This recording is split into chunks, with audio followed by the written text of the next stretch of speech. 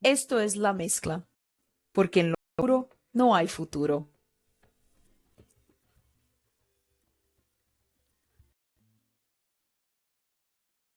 Esse aqui é o La Mezcla. Síguenos en Instagram, @lamezclapodcast, para enterarte de todas as novidades. Meu nome é Miriam Soares e hoje vamos conversar com José Bastante, ex-jefe del Parque Arqueológico y Santuario Histórico de Machu Picchu y ahora jefe del Parque de Choquequirao, ambos ubicados en Cusco, en Perú. Tiene una maestría en gestión del patrimonio cultural y doctorado en ciencias sociales con foco en historia por la Universidad Nacional de San Marcos de Lima. Bienvenido, José.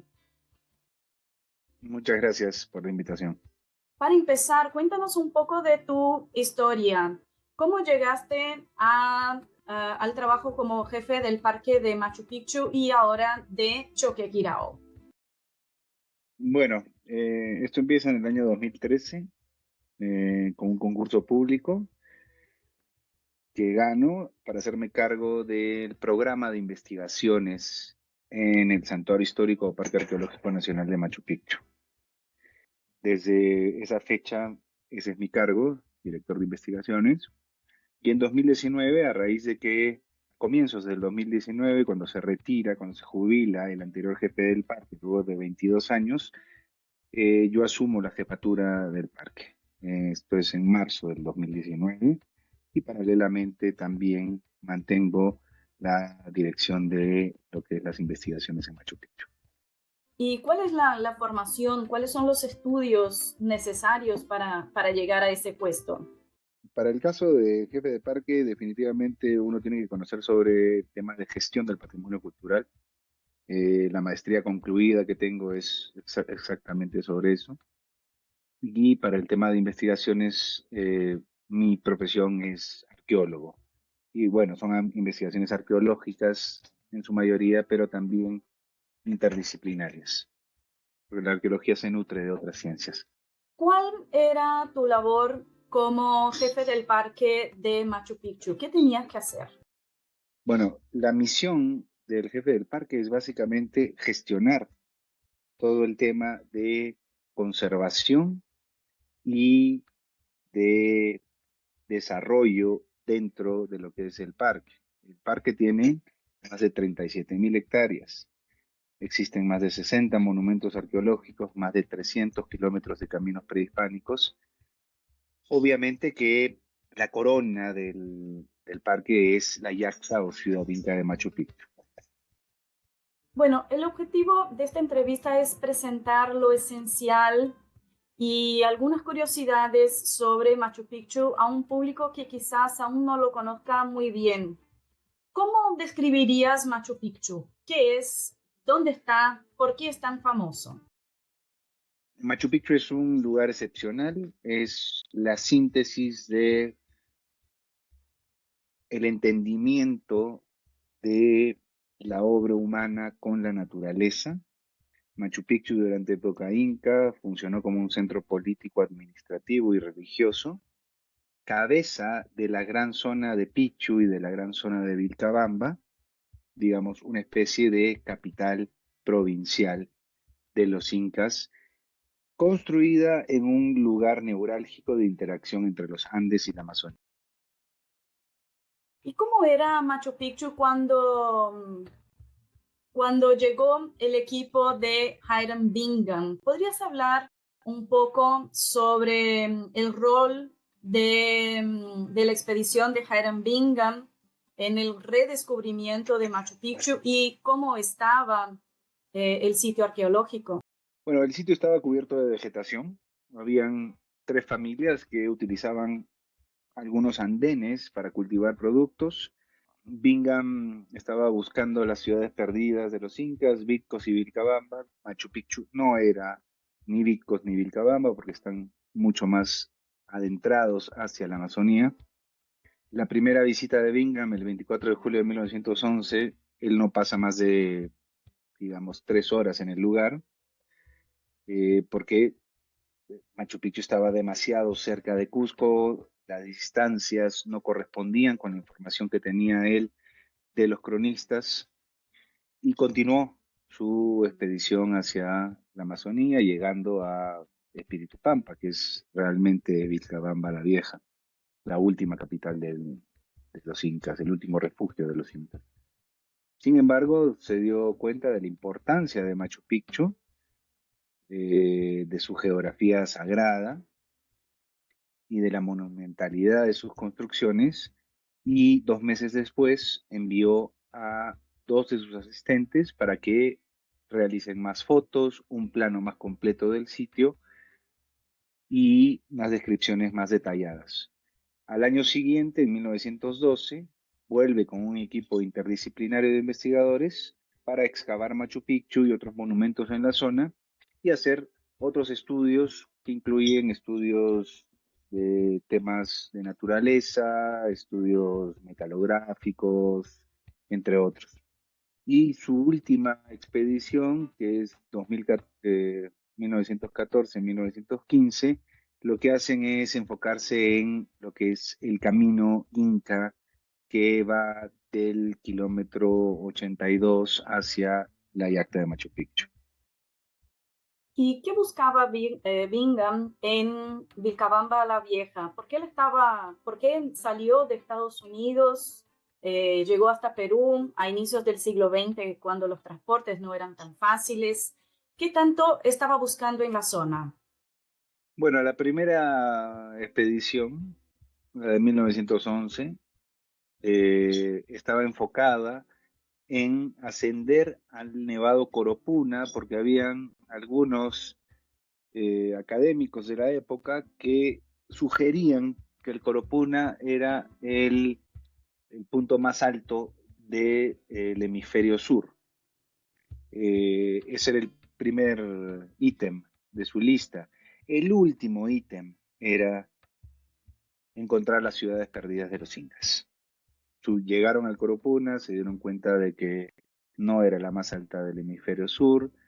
También hicieron prospecciones en distintos ámbitos, hicieron levantamientos topográficos, mapas bastante precisos de la región y bueno, al final, al año siguiente, a raíz de las fotografías que él había logrado y sus asistentes también tatirrilanos, es que hay interés por parte de la National Geographic y de la misma Universidad de Yale para financiar la expedición de 1912 para realmente excavar en Machu Picchu.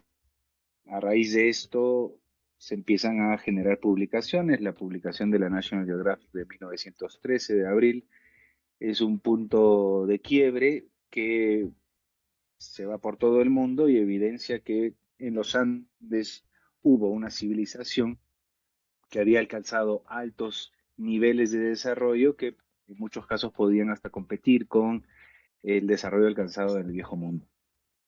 ¿Hubo expediciones anteriores a la de Bingham?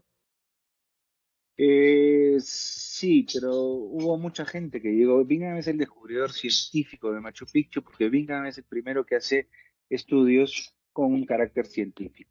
La mayoría de personas que han llegado antes de Bingham, que han sido muchísimos, porque Machu Picchu, la Yacta, nunca estuvo perdida, por lo tanto nunca fue descubierta, digamos, llegaron con intenciones de buscar tesoros en los monumentos arqueológicos, incluyendo el señor Agustín Lizárraga, que dejó un graffiti en 1902, pero antes de él, gracias a unos documentos a los que hemos podido acceder, un empresario alemán, Augusto Berns, en la década de 1870, llegó a Machu Picchu y probablemente también saqueó el sitio.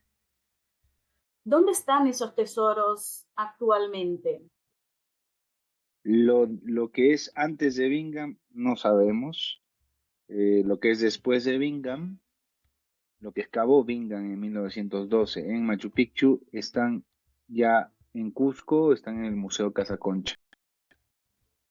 Ajá, no queda ninguno en algún museo extranjero. Se han podido recuperar todos los tesoros No, es que no se han después podido. de Bingham. Bueno, después de Bingham, Machu Picchu, el Estado peruano recién a finales de la década del 20 le presta mayor atención a Machu Picchu definitivamente que han habido otras excavaciones clandestinas de las que no estamos al tanto, pero luego a partir de los 50 con las labores de restauración, 60, 70, 80, 90 con unas labores ya más enfocadas a la investigación, todos los materiales que han salido de Machu Picchu y de los otros monumentos en el ámbito del santuario parque se encuentran en el Museo de Sitio Manuel Chávez Bayón, que está en la base de Machu Picchu.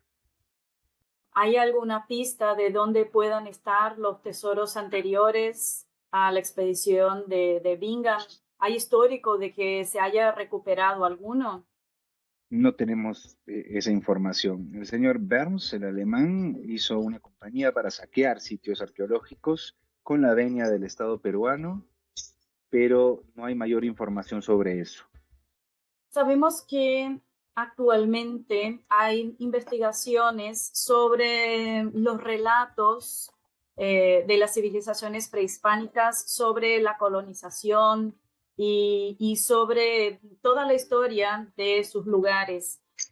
¿Cómo son los relatos del hallazgo de Machu Picchu por parte de los colonizadores y por parte de las personas del Imperio Incaico? ¿Hay diferencias en las narrativas? Bueno, el tema es que la ruta que va por Machu Picchu hacia la zona de Vilcabamba es una ruta bastante accidentada y cubierta de vegetación a la hora que llegan poco tiempo después de que llegan los invasores europeos. Y ellos prefieren utilizar la ruta de Labra de Málaga, el puerto, para ir hacia la Amazonía. Entonces, no mucha gente pasaba por donde actualmente, por la ruta que va por Machu Picchu. No hay referencias muy directas hacia a Machu Picchu. Tenemos referencias de documentos de administración colonial del siglo XVI, donde se refieren a la zona de Pichu. Hay un documento del siglo de 1714, si es que no recuerdo, que menciona el pueblo antiguo del Inca nombrado Huayna Picchu, entre otros, pero son documentos sobre todo en relación a fronteras o bordes de propiedades. Es decir, hasta acá llega mi propiedad y de aquí hasta allá es propiedad de otra persona. Pero ninguna descripción sobre el sitio, sobre la majestuosidad del sitio y sobre su importancia. Y según me consta, por favor corrígeme si estoy equivocada, los incas también tenían muchos registros en quipus, en nudos, en una especie de cuerdas, que los colonizadores, los invasores no lo supieron leer. ¿Hay algún registro en ese sentido sobre Machu Picchu, sobre su existencia, sobre la población? Poco tiempo después de que llegan los españoles, ya hay un tema de convulsión social. Probablemente los habitantes de Machu Picchu, que en su mayoría eran mitmas, abandonan el lugar y vuelven a sus zonas de origen. Estamos hablando de la segunda mitad del siglo XVI.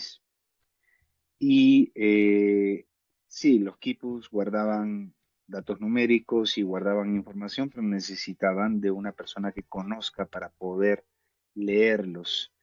En algún momento el virrey Toledo junta a los quipucamayocs en la plaza de Cusco para recabar información. Los quipus se siguieron usando incluso hasta inicios de la época republicana, pero ya no como como el tipo de registro y las fórmulas que se usaban en la época prehispánica. Recordemos que sin la persona que conoce esto no se puede leer. Han habido intentos y, bueno, sí han habido avances con respecto a algunos temas relacionados a la lectura de quipus, pero nada muy preciso, digamos, como podría ser los jeroglíficos egipcios o los códices mayas.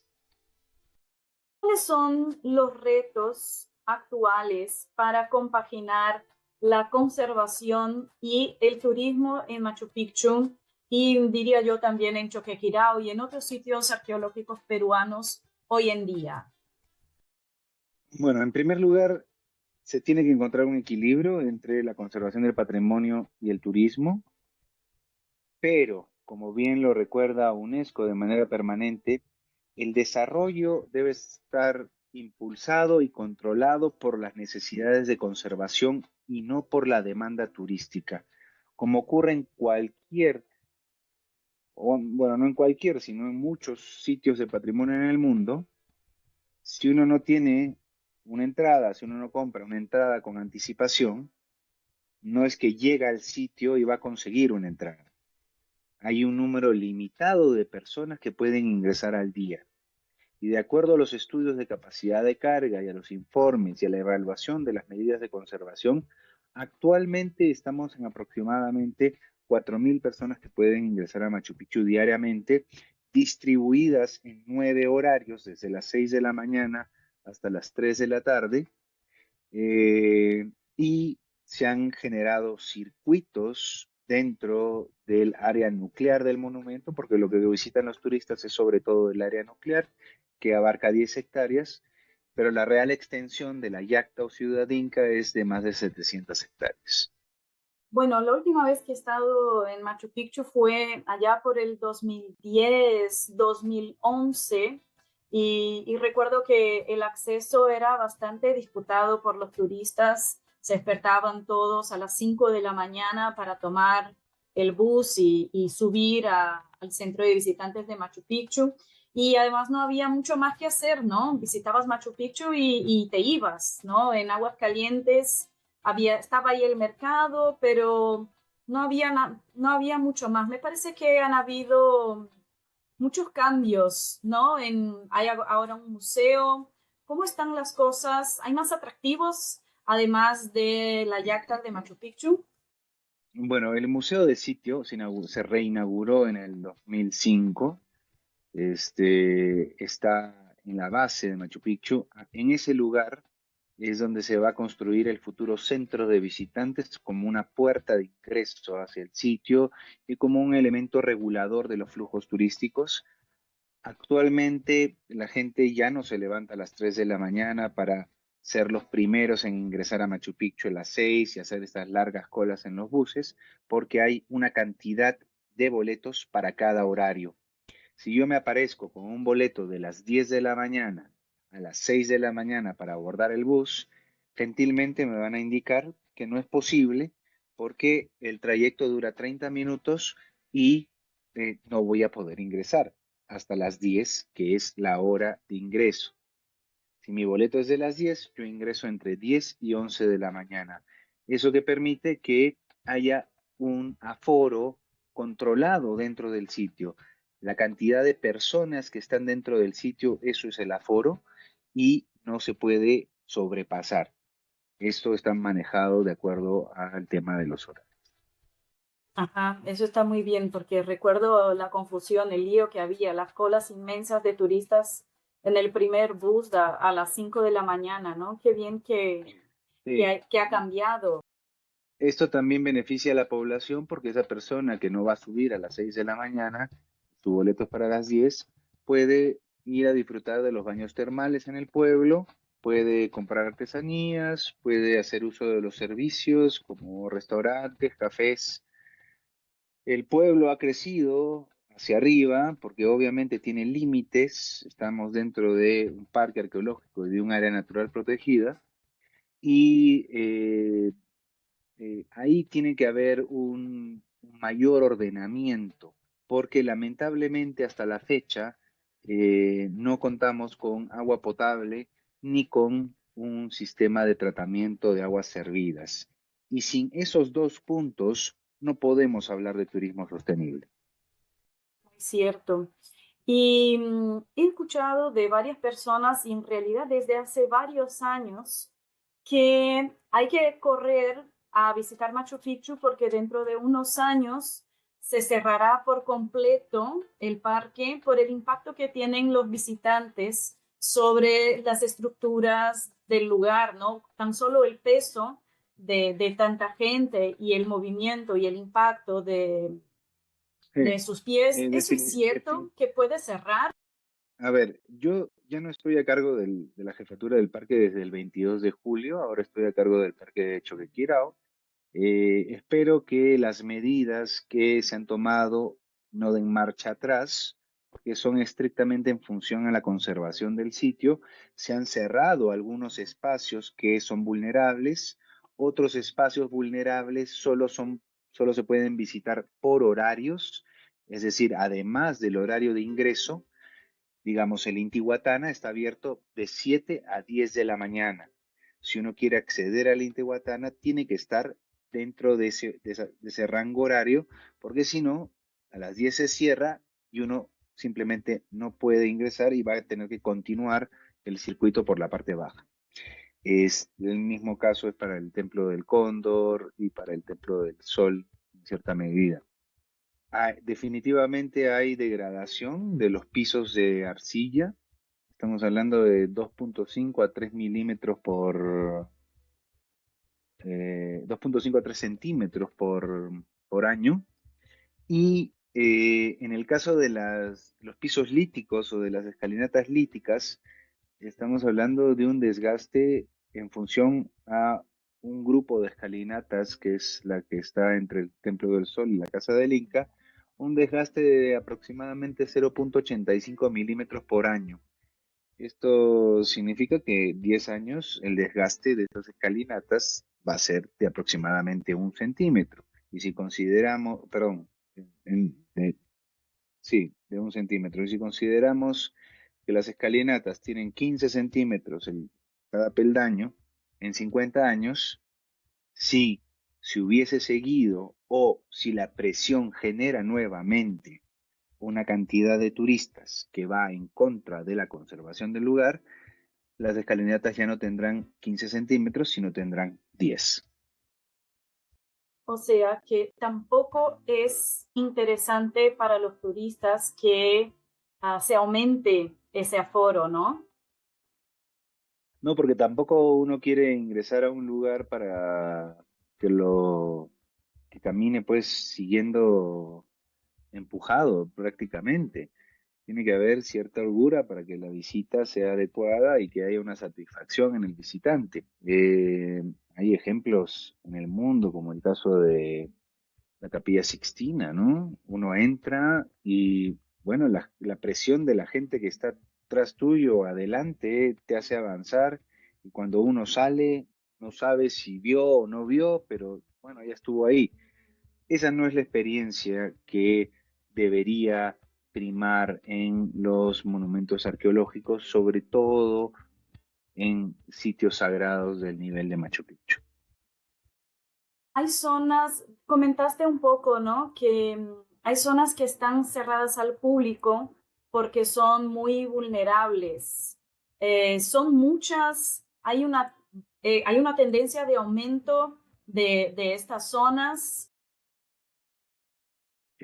Actualmente lo que está cerrado al público es por horarios el Intihuatana y el Templo del Cóndor, y adicionalmente el área de Tres Portadas está cerrada por temas estructurales. Los circuitos, toda la información está disponible en la página web de machupicchu.gov.pe. Los circuitos están diseñados justamente para distribuir estos flujos de turistas. Por ejemplo, hay un boleto que es circuito 4 más montaña Huayna Picchu.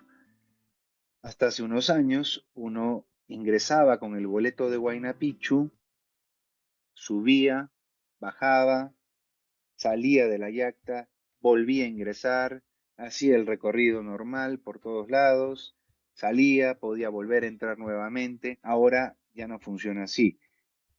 uno sigue el circuito y a la mitad del circuito se encuentra con el ingreso al Huayna Picchu, hace su recorrido del Huayna Picchu y luego continúa de salida el circuito que le corresponde. Entonces ya no hay reingresos dentro del monumento. Ajá. Sí, se observa que ha ido cambiando bastante la política de visitación y de conservación. Yo escucho gente de la generación de mi madre, ¿no? Gente que era hippie y hacía esos viajes, ¿no? Se tomaba el tren aquí en Brasil desde São Paulo, cruzaba todo el país, entraba por Bolivia y no sé exactamente dónde llegaba el tren, pero sé que llegaba bastante cerca a Cusco y podían acampar en Machu Picchu, ¿no? ¿En qué momento se dieron cuenta de que era necesario que hubiesen cambios en esa política de visitación? Bueno, esto se da ya desde el 2012, 2013, cuando empieza a aumentar. 2013, si mal no recuerdo, es cuando ya se sobrepasa el millón de visitantes al año. En 2015 se hace un estudio de capacidad y límites de cambio aceptable que establece escenarios para poder crecer. Y bueno, esto nos permitiría que Machu Picchu reciba 6.000 visitantes diarios, pero se tienen que cumplir una serie de condiciones para que esto se dé. Entre ellas, la más importante es la construcción del centro de visitantes donde está actualmente el Museo de Sitio. Y hay relatos de vandalismo o de mal comportamiento de los turistas, ponle en los últimos 10 años en Machu Picchu. ¿Qué son los En, do- comportamientos indeseables en el sitio en, en arqueológico? do- 2017 se aprobó el reglamento de visita que fue modificado en el 2018.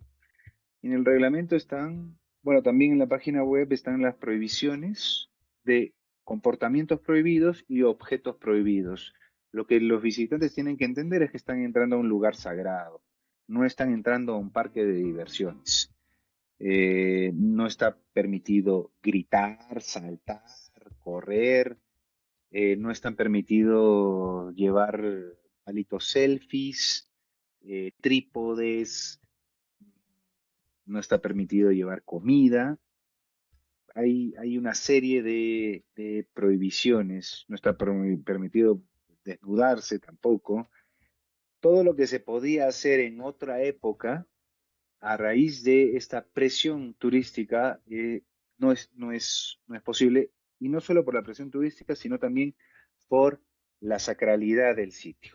Uno espera el comportamiento que cualquier persona tendría, digamos, si son católicos, en una catedral.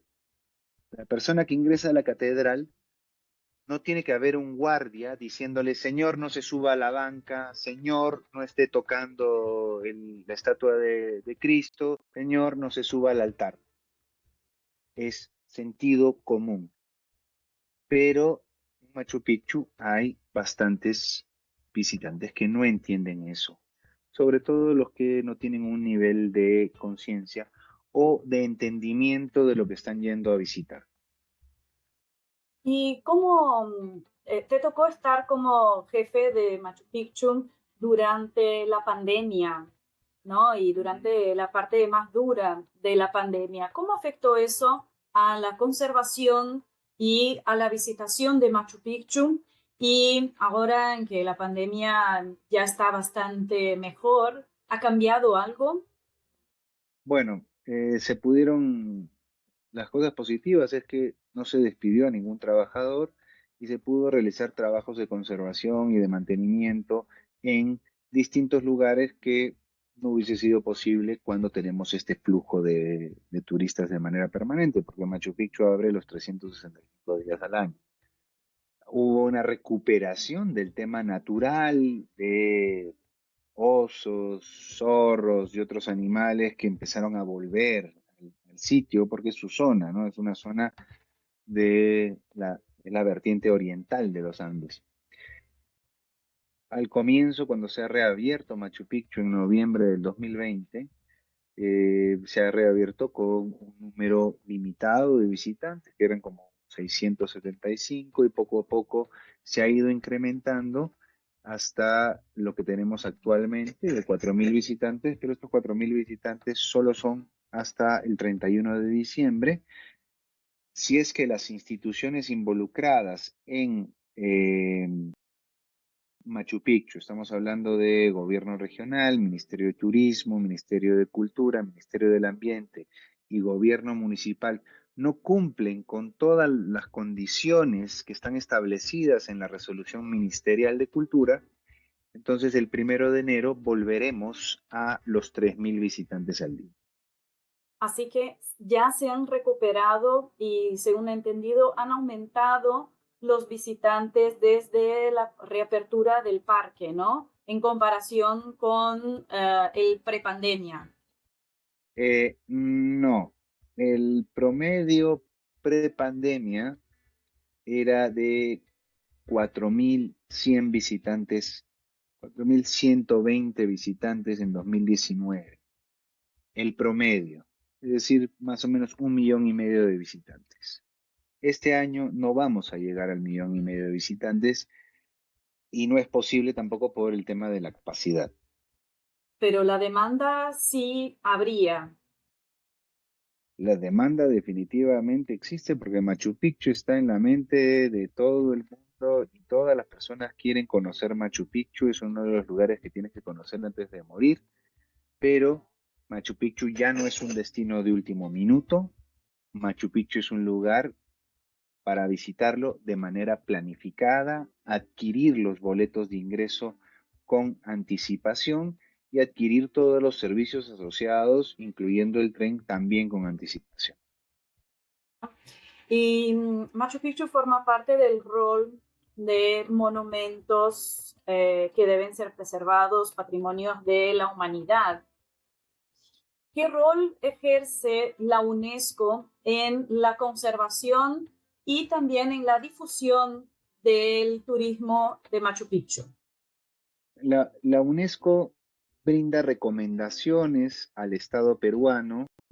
El Estado peruano es firmante de la Convención de Protección del Patrimonio Cultural y Natural del 72 y es el Estado peruano que solicita a UNESCO y elabora un expediente para que el Santuario Histórico o Parque Arqueológico Nacional de Machu Picchu sea inscrito en la lista de patrimonio. En el ámbito de Latinoamérica y el Caribe, solo hay otros 7 sitios que tienen esta categoría mixta, es decir, cultural y natural, en la lista del patrimonio mundial. Definitivamente es deber del Estado peruano proteger y conservar Machu Picchu para las generaciones futuras y evitar cualquier tipo de impacto negativo a su valor universal excepcional, que en el caso de la Yacta o Ciudad Inca se sustenta en su arquitectura y paisaje. ¿Pero brinda algún tipo de recurso, apoyo técnico, recursos financieros la UNESCO a la Apoyo, conservación de Machu Picchu? apoyo técnico, sí, recursos financieros no. Y los recursos financieros provienen entonces del Estado peruano. Provienen de los recursos directamente recaudados. ¿Y cuáles son los retos para Machu Picchu para que mantenga su conservación y a la vez atienda a la creciente demanda por turismo en el futuro? El reto es básicamente generar nuevos accesos, construir el centro de visitantes como esta herramienta de información y de regulación de flujos y de esta manera ampliar el territorio de visita y que no todos los visitantes estén al mismo tiempo en el área nuclear, que son las zonas urbana y agrícola, que es la parte más vulnerable del lugar en general. Tenemos que migrar de un modelo que se viene aplicando hace varias décadas de fricción permanente en este espacio a un modelo más conceptual de información, de disfrute del paisaje y del desarrollo de otras alternativas y limitación de los tiempos en el área vulnerable. Y la última pregunta es, ¿aún quedan áreas en Machu Picchu, ya sean en la zona nuclear o en otras zonas, por excavar? Sí, definitivamente. Actualmente, bueno, cuando me he retirado, teníamos el proyecto en Machuquente, que es otro sitio arqueológico dentro del santuario, Choqueyusca, se acababa de terminar lo que es Andenes Orientales y próximamente se va a empezar la investigación con fines de restauración y puesta en valor de lo que es Incarracay. También se continúan haciendo algunas excavaciones dentro del área nuclear de Machu. Bien. Y para terminar, me gustaría que nos dejaras dos recomendaciones culturales para entender mejor el tema de nuestra conversación hoy. Una para quien quiera disfrutar un poquito más del tema, así una de nivel fácil, y otra para quien quiera profundizarse. Y puede ser música, películas, series, libros, artículos científicos, cursos, lo que sea. Bueno, para los que quieran profundizar un poquito más del tema, pueden ver los documentales que están disponibles en YouTube sobre Machu Picchu, pero claro, hay cosas que hay que tomar con pinzas. Para los que quieren realmente profundizar más sobre el conocimiento de los procesos socioculturales que se dieron en el ámbito y los resultados de las últimas investigaciones de los últimos 10 años, en la página web machupicchu.gov.pe se tiene la descarga gratuita de los dos primeros tomos del libro Machu Picchu Investigaciones Interdisciplinarias, donde están una serie de aproximadamente son 50 artículos sumamente importantes con respecto al conocimiento de Machu Picchu. Bien, ¿hay algún documental de esos de YouTube que recomiendes específicamente? ¿Hay algún documental oficial de la administración de Machu Picchu? Bueno, los documentales generalmente son hechos por empresas ajenas a la administración del parque. Sí hay algunos temas que pueden encontrar en la página de la Dirección de Cultura de Cusco. Son reportajes bastante pequeños. Un documental que se llama Anert Machu Picchu, Blowing Up History. Perfecto. Bueno, y quien quiera aclarar alguna duda o contactarte de alguna manera, ¿cómo, cómo pueden encontrarte nuestros oyentes? Eh, Puede ser en el Instagram, José.bastante. @jose.bastante. Ujú. Perfecto, perfecto. Bueno, José, me gustaría agradecerte mucho por tu tiempo y por esta entrevista y sobre todo por tu conocimiento. Ha sido un gustazo enorme tenerte aquí. No, el gusto ha sido mío y gracias por la invitación. Muchas gracias.